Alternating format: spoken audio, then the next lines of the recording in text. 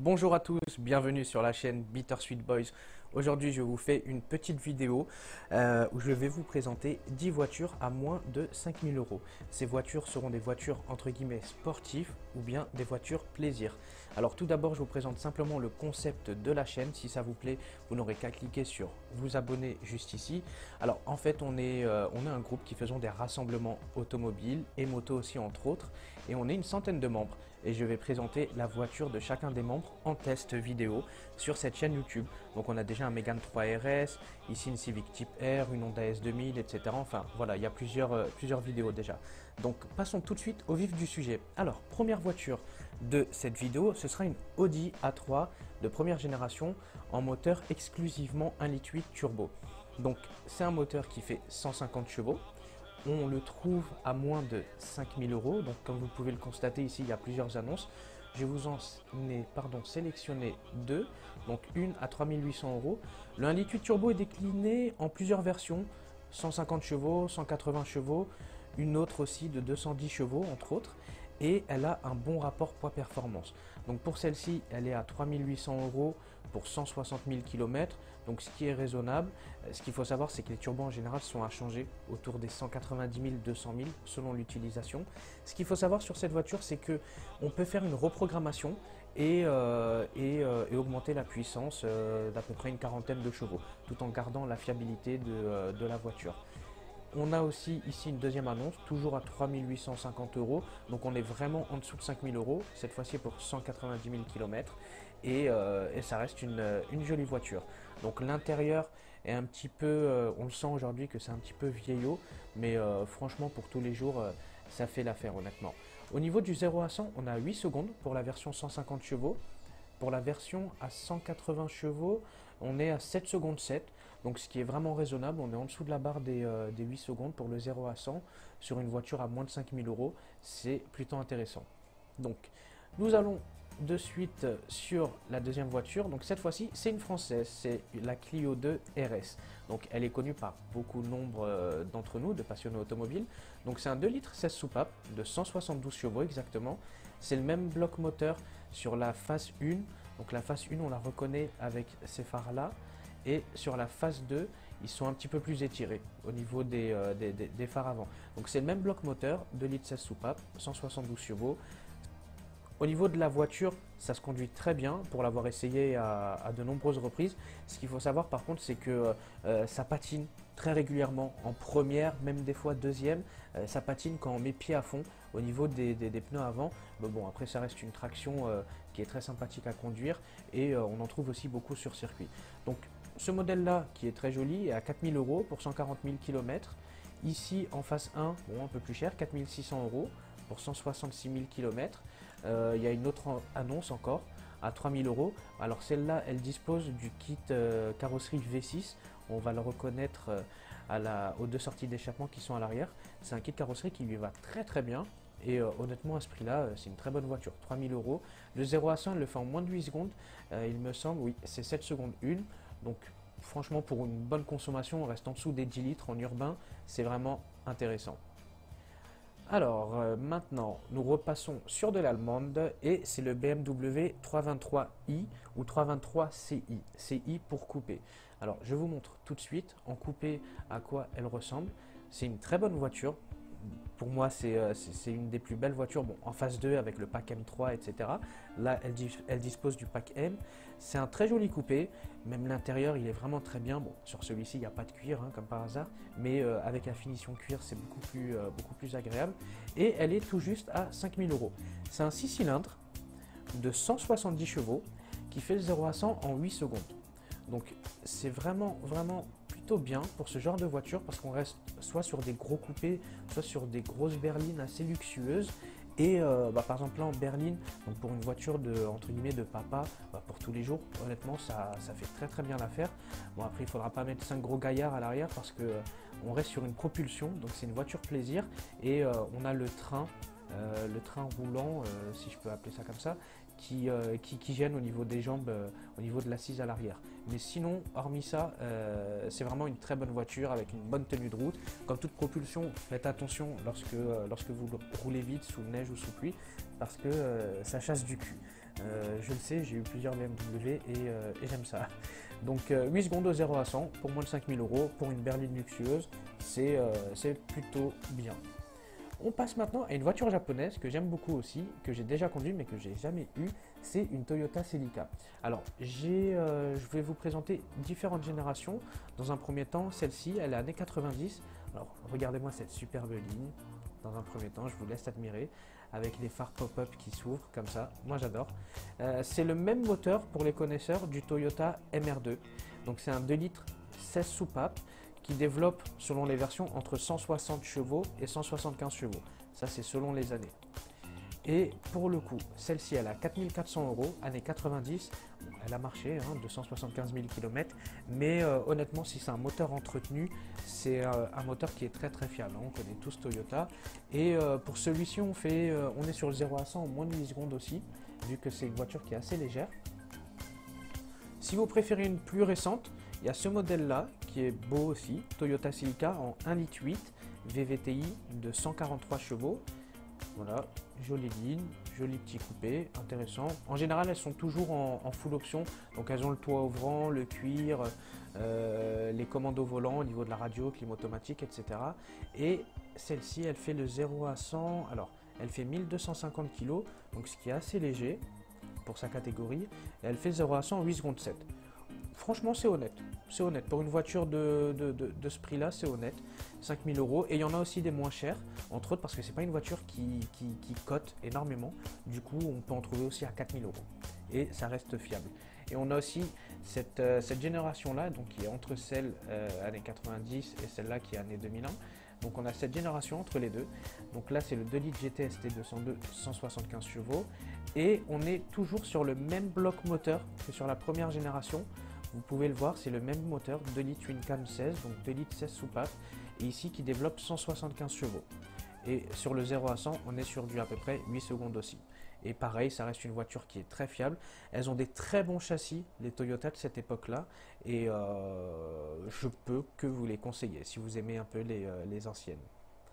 Alors, qu'est-ce qu'on a d'autre comme voiture? Alors là, on retourne chez Audi. Donc c'est le même moteur que la Audi A3, mais sur un petit coupé que vous connaissez tous, la Audi TT. Alors, je vous l'ai présenté parce que sa ligne est vraiment superbe. Est-ce que quand vous la voyez comme ça, vous pensez que c'est une voiture à moins de 5000 euros? Honnêtement, non, on dirait pas du tout. Et les deux sorties à l'arrière, le cuir, etc.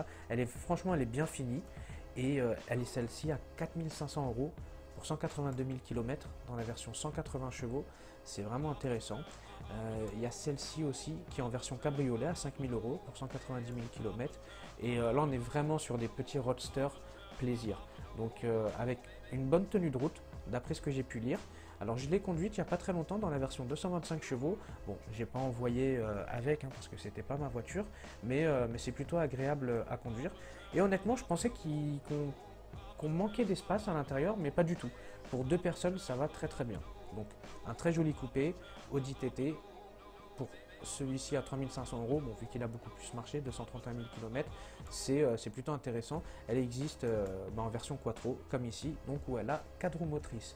Le 0 à 100, pour la version 180 chevaux, on a 7 secondes 4, ce qui est plutôt pas mal aussi. Alors, on reste toujours sur de l'allemande avec la Polo GTI. Donc, on en a plusieurs à moins de 5000 euros dans différentes versions, donc c'est-à-dire différentes phases. Donc, il y a celle-ci, donc qui est une des dernières, année 2006, Polo GTI. Voilà, je vous la montre dans un premier temps au niveau de l'esthétique. Donc, à l'avant, on dirait une Golf 5 GTI, mais en fait en plus petit. En plus petit, c'est ça qui est pas mal sur celle-là. Et c'est toujours un 1,8 litre turbo, 150 chevaux. Ce bloc moteur, il est sur les Seat, sur les Audi, sur les Volkswagen, vu que ça appartient au même groupe. Et c'est toujours un très bon bloc moteur. Le 0 à 100, il le fait à 8 secondes 2. Il le fait à 8 secondes 2 pour cette Polo-là. Donc, ce qui reste les mêmes performances que la Audi TT et la Audi A3. Et on a aussi une version un petit peu plus ancienne qui est la Polo GTI à 125 chevaux. Alors là, pour le coup, c'est un tout autre moteur, c'est un atmosphérique qui fait 1,6 litre 16 soupapes de 125 chevaux. Au niveau des performances, elles sont plutôt intéressantes. Je vais vous le montrer de suite. 8 secondes 5 pour 125 chevaux, c'est vraiment bien. Et en fait, ce qui est bien pour les jeunes conducteurs, c'est que comme c'est que entre guillemets 1,6 litre, au niveau de l'assurance, bah, c'est moins cher parce qu'il y a moins de chevaux fiscaux et elle est plus ancienne aussi, du coup c'est assurable pour les jeunes conducteurs. Donc je vous montre à nouveau à quoi elle ressemble. Voilà, bon ça c'est l'intérieur, pareil on voit que ça a vieilli un petit peu, mais bon, on va dire qu'on s'en fout un petit peu de ça, hein. Nous on prime sur le moteur. Et là encore une autre annonce d'une Polo GTI à 4 700 € pour 191 000 km. Donc c'est faisable de trouver des petites voitures plaisir pour moins de 5 000 €. On va tout de suite sur la Ford Focus ST. J'avais hésité à la mettre celle-ci, mais ça reste quand même une voiture mythique pour tous ceux qui ont aimé le rallye pendant un moment. Bon, au niveau de la ligne, il n'y a rien d'exceptionnel, mais elle a un très bon moteur, pareil en 2,16 litres qui fait 173 chevaux. Donc je sais qu'elle est beaucoup appréciée par certains, et la Ford Focus ST ensuite des générations qui sont arrivées juste après sont encore mieux. Donc celle-là elle n'est pas très chère, 3 700 € pour année 2002, 200 000 km, c'est plutôt bien. Et on a une deuxième version ici, donc Ford Focus ST, toujours en 173 chevaux, qui est à peu près au même prix. Voilà, celle-là, les photos étaient un petit peu plus claires, c'était pour vous montrer la ligne et l'intérieur. Bon, ça se voit que c'est très vieillot, hein. Ça c'est clair et net pour le coup, mais on fait avec. Franchement, pour 3 000 €, c'est vraiment une bonne voiture plaisir. Et le 0 à 100, du coup, pour celui-ci, alors il est à 0 à 100, 8 secondes 7 aussi, tout juste. Donc bon, on est sur du moins de 9 secondes pour une voiture qui peut faire entre guillemets, c'est une compacte, hein, qui peut donc très bien, on peut aller en vacances avec, on peut avoir peut-être deux gosses à l'intérieur aussi entre autres. Donc ça reste intéressant. Alors, c'est pas une voiture à proprement sportive on va dire, mais c'est plus une GT, c'est plus une voiture, voilà, on est plus sur une voiture plaisir sur celle-ci. C'est une CLK, elle existe en différents moteurs, 200 compresseurs, 230 compresseurs, 320 qui est un 6 cylindres et 430. Donc je vous présente le 320, donc c'est un 3 litres de V6, celui-ci il est à 3 800 € pour 155 000 km. On est sur une boîte automatique, Mercedes était connue à cette époque-là pour leur boîte automatique. J'en ai moi-même eu une d'ailleurs, avec laquelle j'ai beaucoup roulé, que j'ai revendu à 260 000 km et j'ai eu aucun souci avec. Hormis les bougies qui étaient à changer, au niveau de la boîte, aucun souci. Donc 3 litres de V6 qui fait à peu près 210 ou 215 chevaux. On a ici le 230 CLK qui est à 3 300 €. Donc les CLK elles sont toutes à ce prix là à peu près. Aujourd'hui elles ont énormément décoté. Le 2,3 litres compresseur c'est un bon moteur. Au niveau du 0 à 100 on a 8 secondes 5. Donc sur une grosse voiture comme ça c'est vraiment bien. Et si vous voulez aller un petit peu plus loin, vous avez la version 4 litres 3 V8. Donc voilà à quoi ça ressemble. Alors c'est vrai que c'est très intéressant de se dire qu'on peut s'acheter voilà, l'intérieur qui est très bien fini. Donc c'est très intéressant de se dire qu'on peut acheter un V8 pour moins de 4 000 €, hein, tout simplement à 3 500 €. Mais ce qu'il faut savoir, c'est qu'il faut pouvoir l'assumer au quotidien, que ce soit en termes de consommation et en termes d'entretien. Parce qu'à un moment, j'ai voulu la prendre il y a très longtemps, mais bon, par contre, elle valait un peu plus cher à l'époque. Et quand j'ai vu que lorsqu'il fallait changer les bougies, il fallait changer les 16 bougies en même temps, enfin, il fallait changer 16 bougies d'un coup. Je me suis dit non, je vais me calmer, je ne vais pas prendre ça. Au niveau du 0 à 100, c'est pas exceptionnel, c'est 7 secondes pour un gros V8, mais ça fait que 279 chevaux. Donc voilà, on n'est plus sur une voiture plaisir et non pas une voiture performance, malgré qu'elle a des performances qui sont plutôt intéressantes. On passe maintenant à l'avant-dernière voiture de ce test, enfin de cette vidéo plutôt, donc c'est l'Opel Astra. Alors pareil, je vais vous montrer différentes générations qu'on peut trouver à moins de 5 000 €. Tout d'abord l'Opel Astra qu'on appelle H, qui est sorti en 2005. Donc c'est un 2 litres turbo qui fait 170 chevaux. Il existe en version GTC, donc c'est-à-dire en coupé pour celui-ci. Et il fait le 0 à 100 en, on va voir ça de suite, 7 secondes 8. Donc c'est vraiment très bien pour une compacte toujours, qui est la concurrente directe de la Renault Mégane 2 litres turbo. Et on a aussi l'ancienne génération, donc juste avant, qui est celle-ci en coupé Berton. On l'appelle Opel Astra OPC. C'est un 2 litres turbo qui fait 192 chevaux. Et pareil, c'est une voiture qu'on peut reprogrammer très aisément. J'avais choisi cette annonce parce que déjà elle n'était pas très chère, 3800 € pour 114 000 km. Non, c'est pas celui-ci. Voilà, c'est celle-ci que j'avais choisi à 4200 € pour 190 000 km pratiquement, parce que c'est un 2 litres turbo de 190 chevaux comme je vous l'ai dit, et le propriétaire a fait une préparation, petite préparation, qui fait 240 chevaux, marche très bien, cuir, etc. etc. Donc voilà, surtout lorsque vous faites une préparation ou que vous reprogrammez votre moteur, si vous gardez le même turbo, sachez qu'un jour ou l'autre il va mourir, mais voilà, surtout temps de chauffe, toujours vous les respectez, temps d'extinction de la voiture, vous attendez aussi au moins une minute avant de couper la voiture. Je sais que les passionnés le font constamment, mais c'est toujours bon à réexpliquer.